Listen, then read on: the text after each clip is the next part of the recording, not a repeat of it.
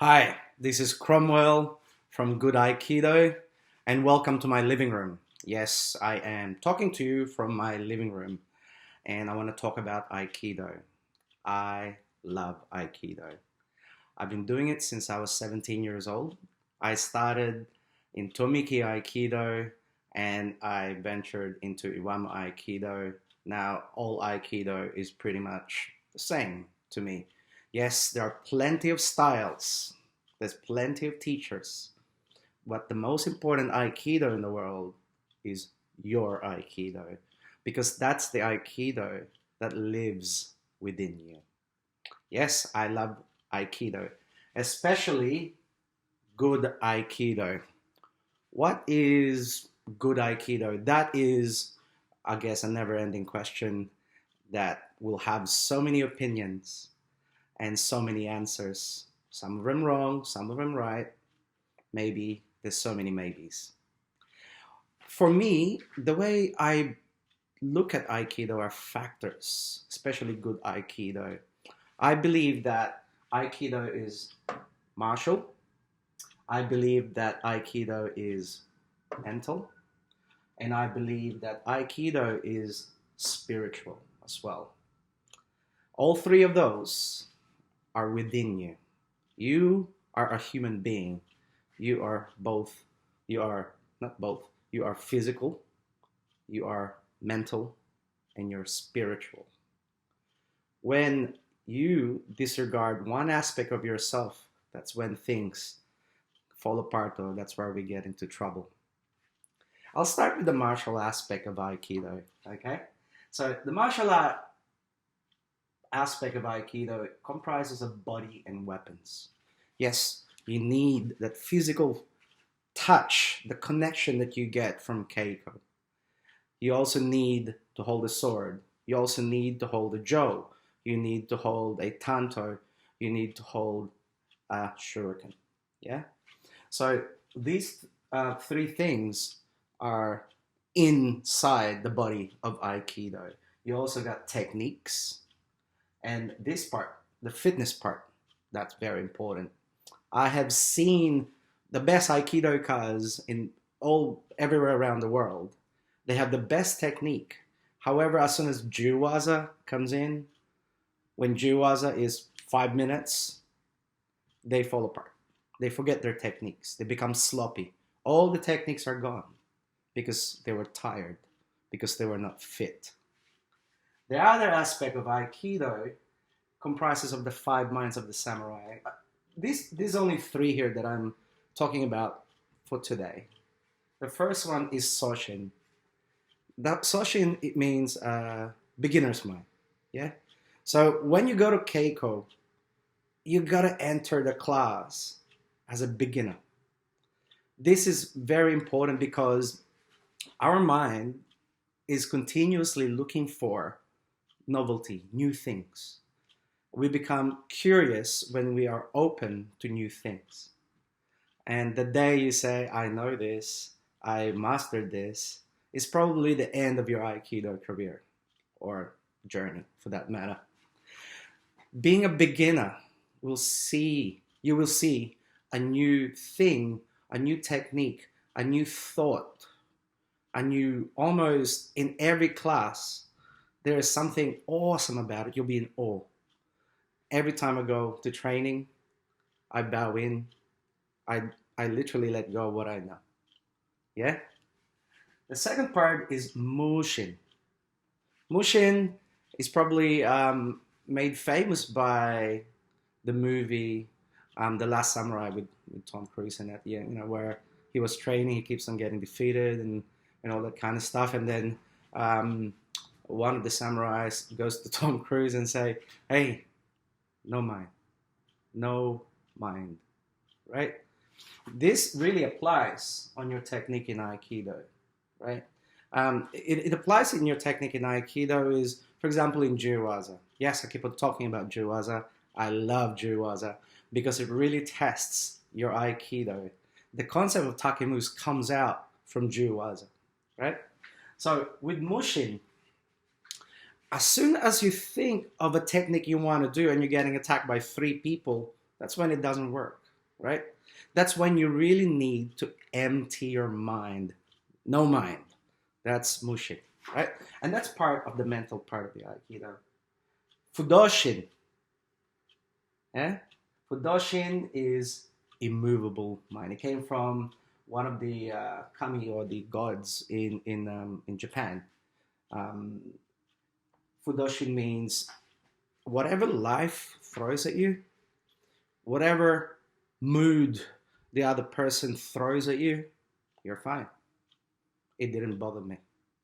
When you are in class and somebody stopped you, your technique, right? For some reason or another, many reasons, right?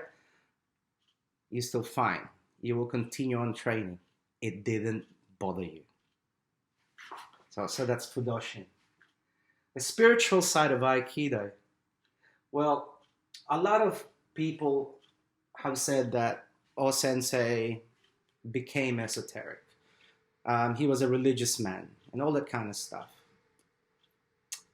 That's funny because I really believe that if you have all these Aikido techniques, weapons, fitness, and all that stuff, and then you don't have the spiritual aspect of your martial art, that's when you become, well, I guess, you become a thug, really, right? All you concentrate on is the fighting aspect, the combat aspect of life. That's not good. You can't walk around the modern world and think only martial. No, you'll end up in a lot of problems with that one. You're gonna clash with so many people. No, Aikido has an aspect called awase, where you blend, right?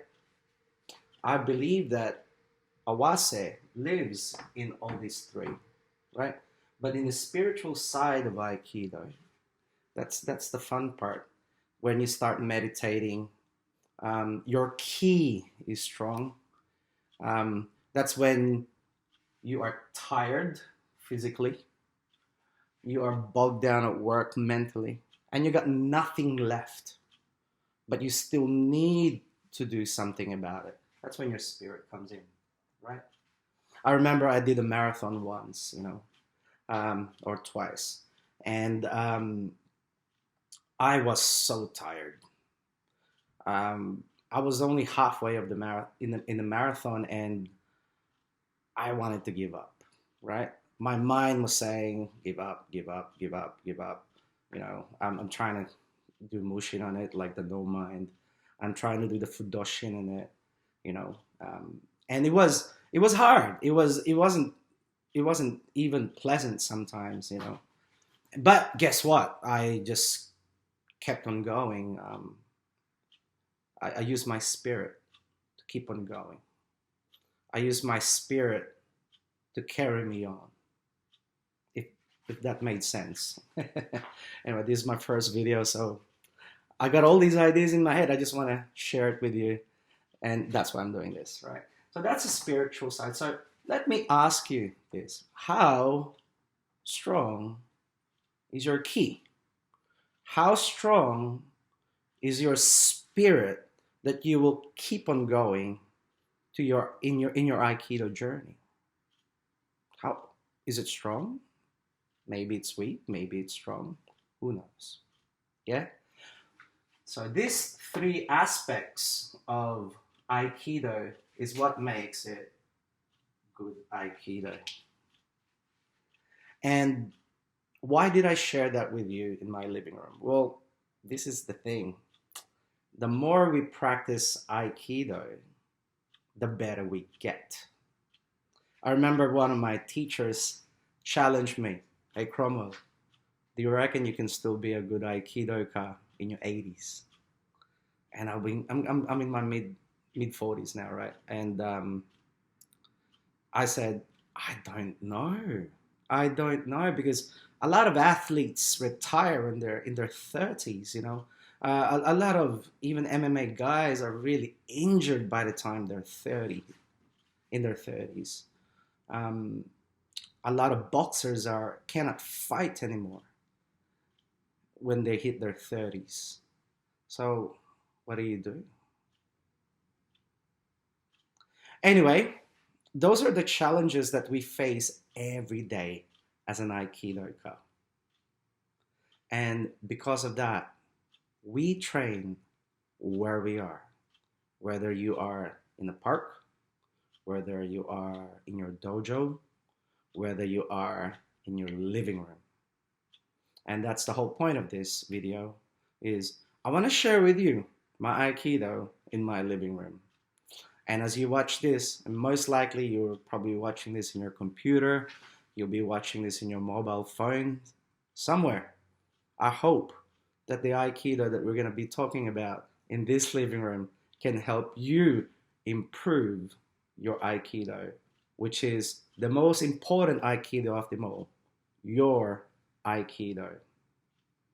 This is Cromwell, and thank you for listening for my first video. There will be more videos coming up as I share with you my thoughts on Aikido and how you can do Aikido in your living room. But for now, please visit our website at goodaikido.com. That's it for now, and always, always have some peace. Thank you. Oh shit, I forgot what am I going to say. Katami waza.